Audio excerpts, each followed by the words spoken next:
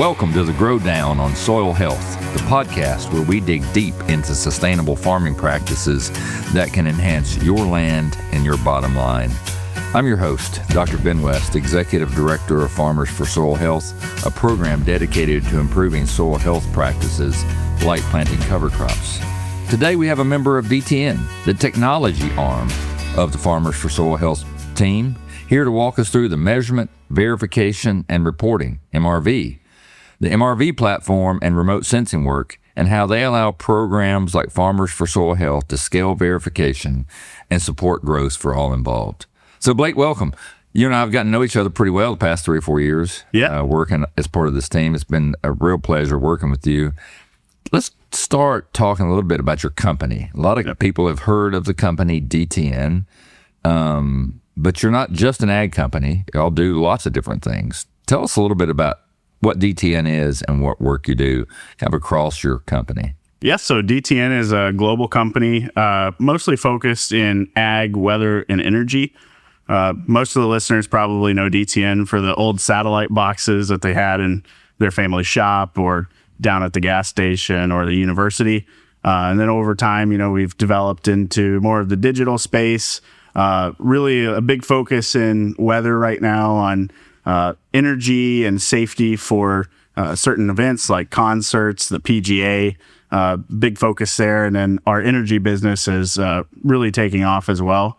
And then within ag, we've gotten into some exciting opportunities here with Farmers for Soil Health, also some other intelligence products that we've been building out on the grain side. So your part of what your company does is weather. I think you've told me in the past most of the weather data in the country comes from DTN. Yeah, we're the largest private weather company. Yep. And you personally have a particular hobby involving weather.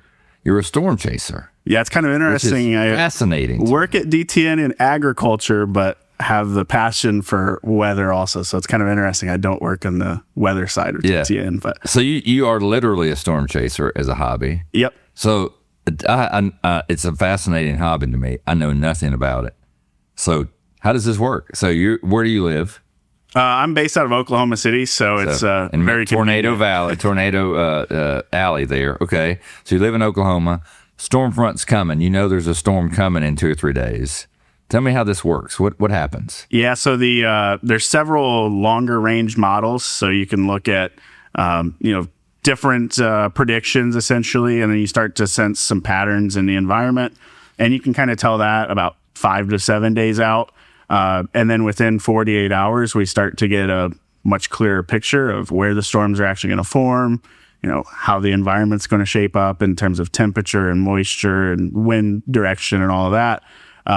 And so typically I'll drive, anywhere from the Texas Panhandle all the way to North Dakota, Colorado to Iowa, could be anywhere really in the Midwest. And, then day of, you start actually watching what's going on in terms of where clouds are forming, how that's all kind of setting up, if the environment has shifted based on what the models have shown. And then you kind of just get into chase mode from that point. So the day comes and it's like an event. Yeah, it is. It's definitely an event. A lot of chasers on the roads nowadays, so you kind of got to navigate traffic a little bit more than you used to.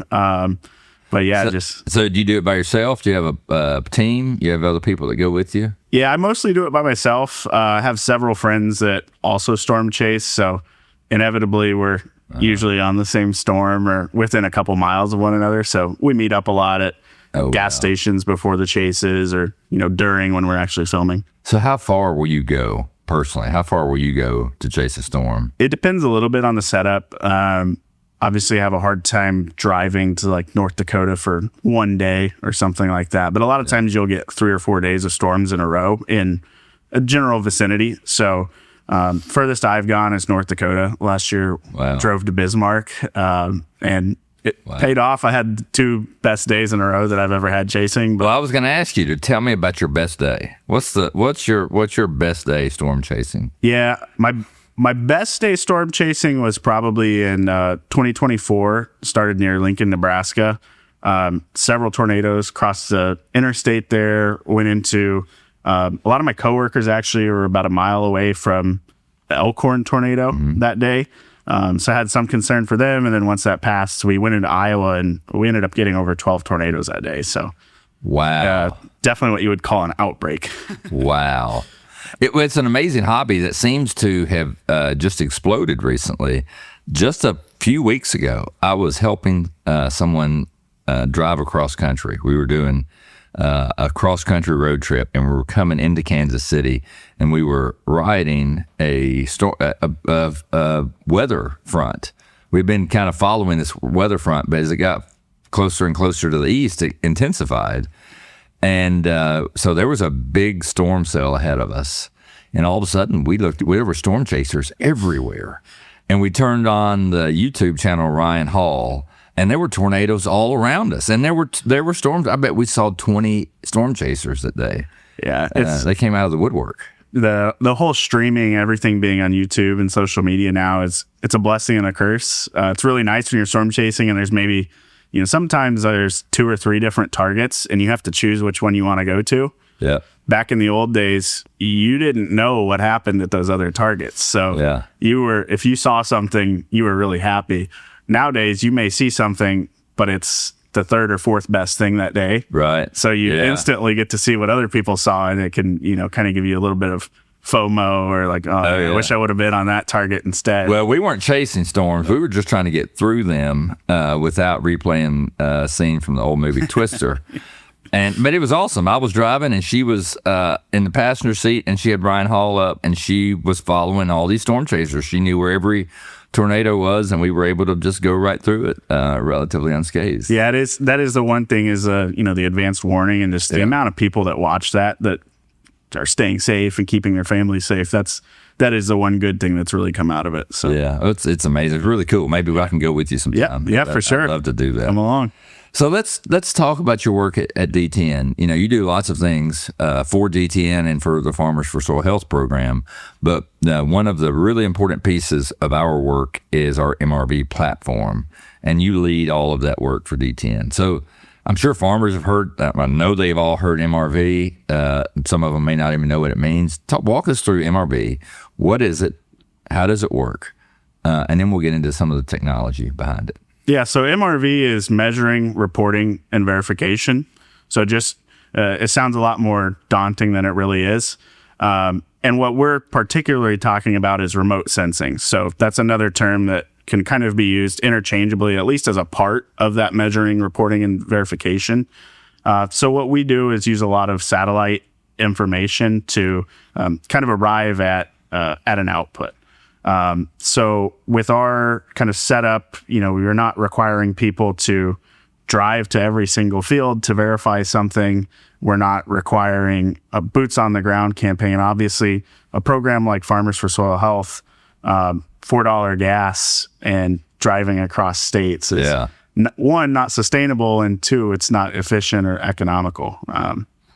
So our program, like so many programs, farmers enroll in our program. They agree to establish cover crops. We're going to pay them for that. And the trigger for us to pay them is when we can detect that they've actually established cover crops in their fields. Yeah. And pretty much any cost share program has some MRV process. If you're using the not just the old days, but today, if a farmer registers and enrolls in a traditional NRCS program, EQIP program, or a CSP program, then those NRCS folks are going to come to your farm, put boots on the ground. But we don't have the people to do that. So we've got to do it remotely. Yep. Yeah, and across 20 states, you can imagine the nightmare of the overhead of that, right? And obviously, we want as much to go to the farmers as we exactly. Have. So we've got satellites orbiting the Earth, taking pictures continually. How do they know? How do we know? How do we use that to determine whether a farmer actually has cover crop in the field? Yeah, so we use publicly owned satellites from NASA and the USGS. Those scan across the U.S. every 5 days or so. And basically what we're looking for is a period of green up that can happen from time A to time B. Mm-hmm. So from the fall all the way through late spring, we're basically getting a scan every 5 days. And that's looking at what level of, we use NDVI, EVI, and we use some soil moisture components as well. Okay, but say what those acronyms are. Yeah, so NDVI is Normalized Differential Vegetation Index, and then EVI is an Enhanced Vegetation Index. So basically, we're looking at a couple different components there. Ultimately, we're passing light at the ground, and we're getting a return back as what has bounced off of the leaves or any vegetation for that matter, and what is passing through. And ultimately, the more that we get passed back, we're getting more and more data on what is or what isn't on the field in terms of vegetation. You're really looking for greenness, right? Exactly. Yeah, right. Yep. And that's why I use the term green up. Yes. We're really looking for the change in that value over time, so that if we see something going from a lower value to a higher value, we can make an assumption that something is actively growing there. Yeah, and just like we've been at this event this week with all of our technical assistance folks around the country. One of them asked, what about in northern latitudes where the cover crop is killed off by the winter, whereas in the south, you're detecting that green up in the spring. How does it work across the climate zones of where cover crops are established? Yeah, so that's why we use a longer range in time. So in some of those southern latitudes, you may not have results as early in the process. So in those first few weeks, you may not have the green up because you're going to have kind of a later season up north, where you're not going to have at the back end of that any green up because it's getting winter killed. So we look at the full horizon from the fall through the spring.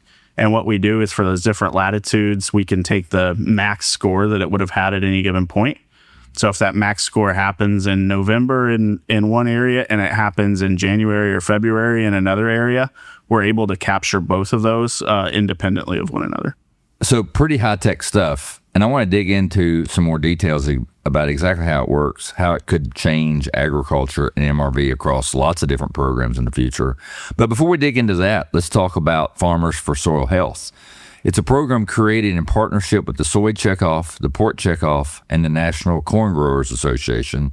It's a program established by farmers for farmers and focuses on strengthening soil health practices to enhance the environment and farmers' profitability. Enrollment's open now, and it's open through August the 31st. Farmers can enroll up to 2,000 acres and receive $35 per acre per year through flexible one-year agreements, regardless of whether those fields were cover cropped in the past. And working with us and your team,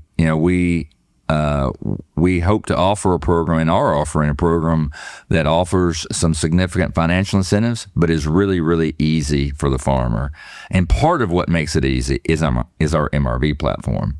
And it did allow us, as you said, Blake, to really scale our delivery of the program. It seems like it's a real game changer.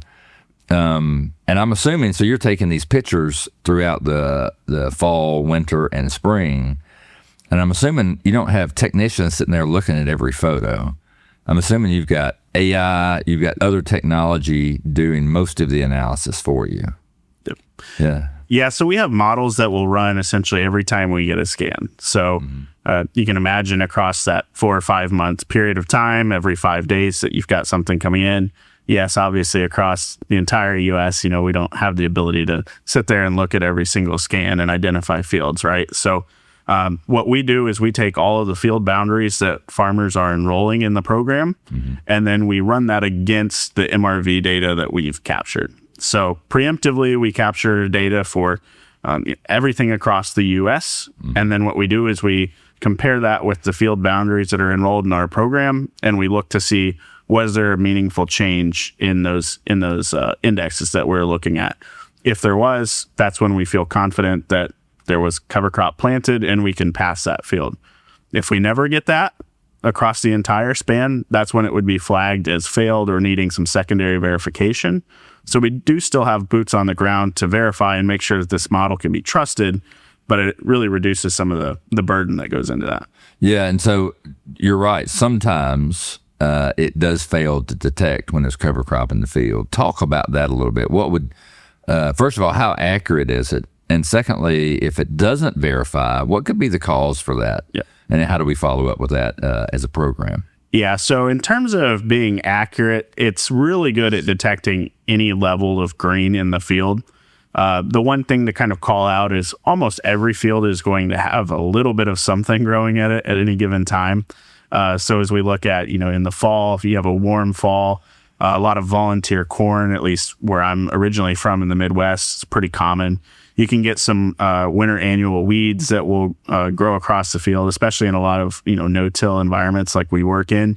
You start to get a lot of that kind of late in the fall as well. So there are some things where, the model can essentially be tricked. And so for that point, we can't just look at a binary 0 or 1 type of answer where, we're either saying yes or no based on sensing some level of green. So the model has to take into account some of the threshold there on, how much is it changing, like what percentage of the field, and setting some thresholds that kind of fit within some level of reason. So that's where we can use machine learning to continuously go back and kind of refine that process. So when we do get ground truth data, we can use that to improve the models. Most of the counties are reporting their percentage of fields that are cover cropped at the end of any given season. So we're able to kind of take some of that data and go back and compare it to our findings and make sure that what we ultimately put out is within some margin of error of what the county was actually reporting. Yeah, so listeners to the podcast right now listening to us probably realize by now that you're a technology nerd in the best way, but you also understand that you come from an ag background. So you got pretty deep understanding of agriculture on top of your technology knowledge. Yeah, my family farms in Western Illinois, so mostly corn and soybeans. So. Yeah, and when you were a kid and your dad, I'm assuming your dad, could never have imagined where we are today with technology, and this is just one little piece of it. Yeah, absolutely. Obviously, I'm a little bit younger, but I mean, even in my lifetime, it's like going to auto steer was, something that I got to witness, right? Even in my lifetime. So I can only imagine for him or like my granddad or somebody like that going through all the changes that we've had is just insane. But that's it. It's technology is changing so fast, and it's changing faster all the time. Yeah. I mean, technology, the development of technology is exponential. And just like thinking about this MRV approach that we use, we've launched Farmers for Soil Health 4 years ago. This is our third enrollment year. And that process has improved dramatically just in those 3 years. Talk a little bit about what y'all have learned in the MRV process just in the 3 years we've been running Farmers for Soil Health. Where have we come in 3 years, and where do you think we're going? Yeah, I think the biggest thing for us, at least with, the first year of going through the program, is just realizing that there is so much difference between somebody farming in the South versus somebody farming in the northern latitudes in terms of timing, in terms of level that we will actually detect. Obviously, there's a lot of other management practices like the amount of residue cover, different types of cover crop that you're planting can have an impact on what kind of score we should be seeing. So, those are all things that having that data really helps our models learn and continue to get better. That way it's more accurate. Obviously, we want to be in a spot where we're having as few fields fail as possible while also trying to maintain the integrity that we're not passing fields that actually should not be in the program. Yeah. Because we want to make sure money's going to the people that are implementing the practice and, trying to improve their operations. And so, again, technology is going to change, and it's changing farming in so many ways. Just relative to this, how do you see the continued development of this technology changing farmers' lives for the better? I mean, what does this look like for a farmer in 10, 15, 20 years? Yeah, I wish I knew, to be honest. The space has changed so fast with AI over, I would especially say, the last 18 months. And even within that, probably the last 6 months, it continues to just kind of ramp up in terms of what it's capable of doing. Another part of working at DTN, I get to work with a lot of farmers. I've seen the adoption of AI by farmers increase tremendously over the last year. Oftentimes farmers kind of get tagged with being technology laggards, which I think is somewhat unfair in most cases. And you would kind of assume with AI, it's got this kind of connotation of being, big brother, or it's, going to take over and take everybody's jobs. But I think what farmers are realizing is that, in any given life, you may get 40 chances to plant a crop. If you have a tool that can help you fine tune those decisions and learn, if it speeds you up 3 or 5 years in terms of getting to some of those answers that you're looking for, it can help your operation a ton, make it easier to pass down to the next generation. I know like that's a big thing right now is, farmers not even knowing if their next generation is going to be able to farm, right? So that's something that's kind of interesting with AI is it kind of opens those doors.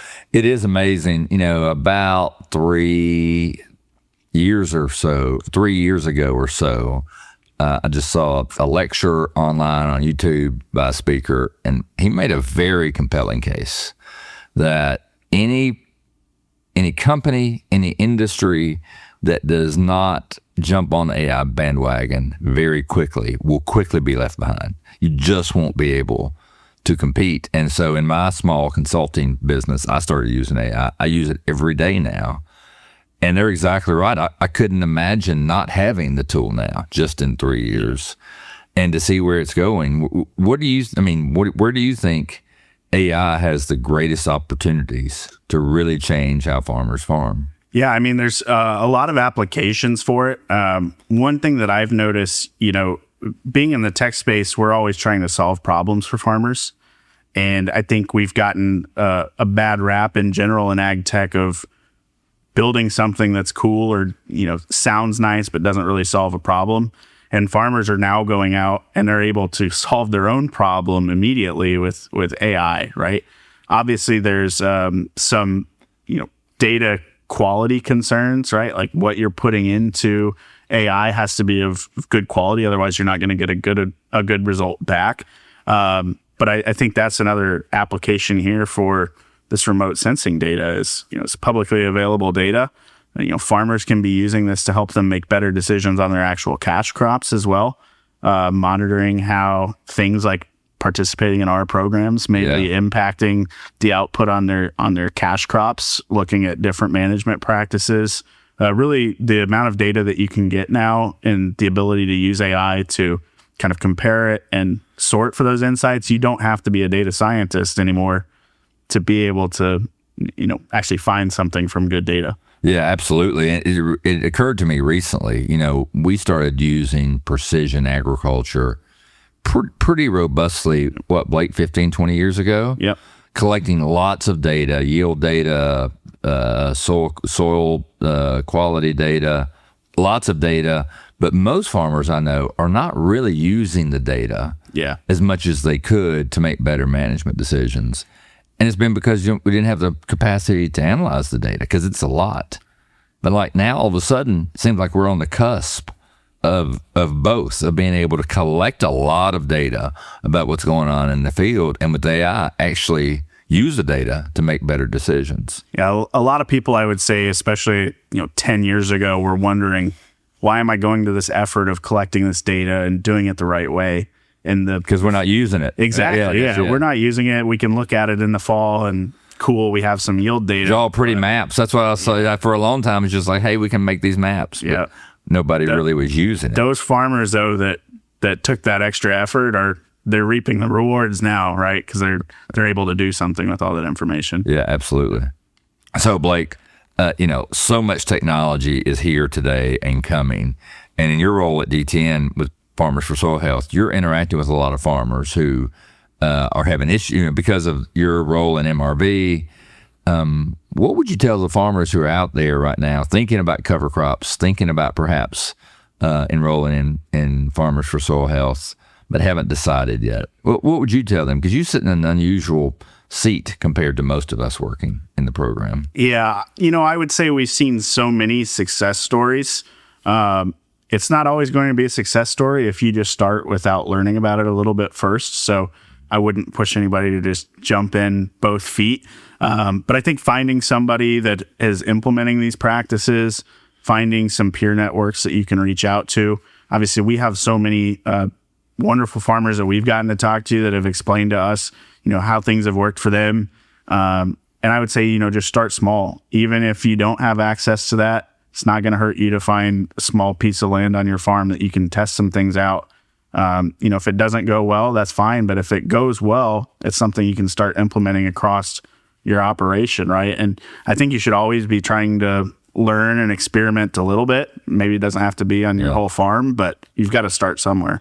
Yeah, I was talking with another guest recently, and if farmers out there thinking about cover crops, thinking about the program, pick one small field, enroll 20 or 30 or 40 acres. There's not much financial risk there, and between our financial incentive and our technical advice that we can give farmers, it's a pretty low risk opportunity.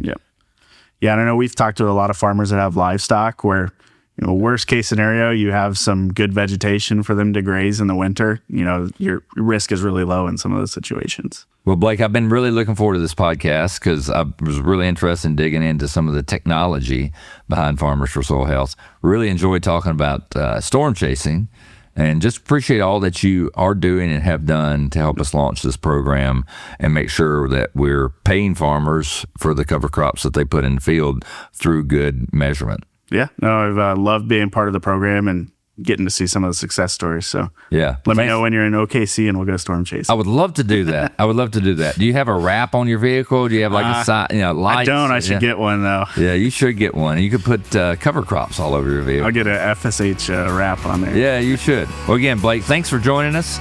And thanks to all of you for tuning in to this episode of the Grow Down on Soil Health. If this conversation felt like your kind of thing, make sure to rate our podcast, follow us on social media, and check out our website, farmersforsoilhealth.com, and stay tuned here for more insights on sustainable farming practices. Until next time.